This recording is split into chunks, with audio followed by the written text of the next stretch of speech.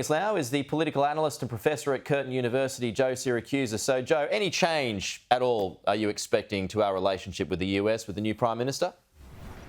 Well, good morning, Pete. Well, yes, I am.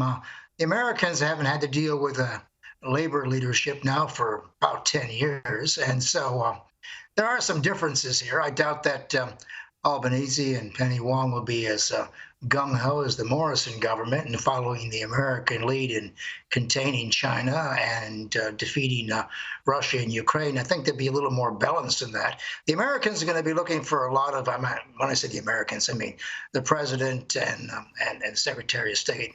They're going to be looking for a great deal of enthusiasm.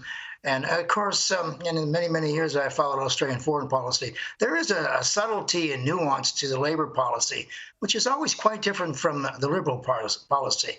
And Labor never talks about all the way with LBJ or we'll go waltzing Matilda with you or any of that kind of stuff. They're much more measured about what's in it for the Australian national interest. So I think it'll be kind of a sobering experience. And keep in mind, Albanese is popular. He's just won an election. Joe Biden is looking at the worst polling he's had in his presidency. Only 39% people believe in him as a president, and 2 in 10 Americans think he's going in the wrong direction.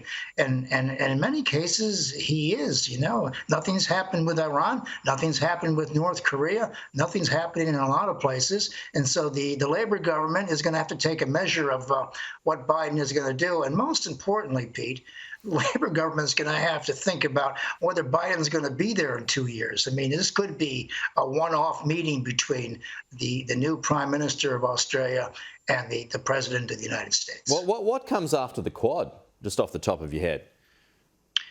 Well, I mean, I think that the president is under enormous pressure to cut this deal with the Iranians, who are about 2 minutes away from producing a nuclear weapon, and they have to decide whether to give the Ukrainians these anti-ship missiles, which would threaten to sink the Black Sea Fleet. And of course, and Putin's talking about upping the ante, which he probably will. I mean, America is bogged down in a war in Europe, and this pivot to Asia, which I've been waiting for since 2014, it hasn't happened. And this is what Australia's stake in America is. It wants guarantees and security in this neck of the woods. And this has not happened yet because America took a long time to get out of the war on terrorism, and then it got stuck in a war in Europe that it just didn't see coming. So I think Labor's got a lot to think about, and I think the Americans are going to be a little wary of Penny Wong because she doesn't look like she's going to be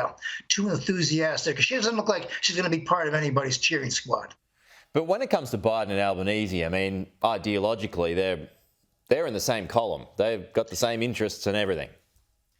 Absolutely, they're aligned in a lot of things, and they have the same background. They're both working class kids who went from nothing to prominence in their countries. They have that great deal. They should have a great deal of chemistry. It's just that one's going in one direction, one's going up, and the other one's probably going out. And so they're going to be looking at each other from different angles here. I mean, they got the right chemistry, but do they have the right interest? That is Australia going to be as keen about this deepening interest in containing China and supporting the Americans in Ukraine? I mean, one of the things the president's going to do is hound everybody there, particularly the Indians and Japanese, to get behind his policy, anti-Russian policy on Ukraine. What I mean by that is to put the pressure. And of course, these countries, they've got their own axe to grind. They got their own problems and issues, and they're not going to be following the Americans lockstep the way the Americans would like it. Joe, we'll leave it there. Good to chat, though. We'll talk to you soon.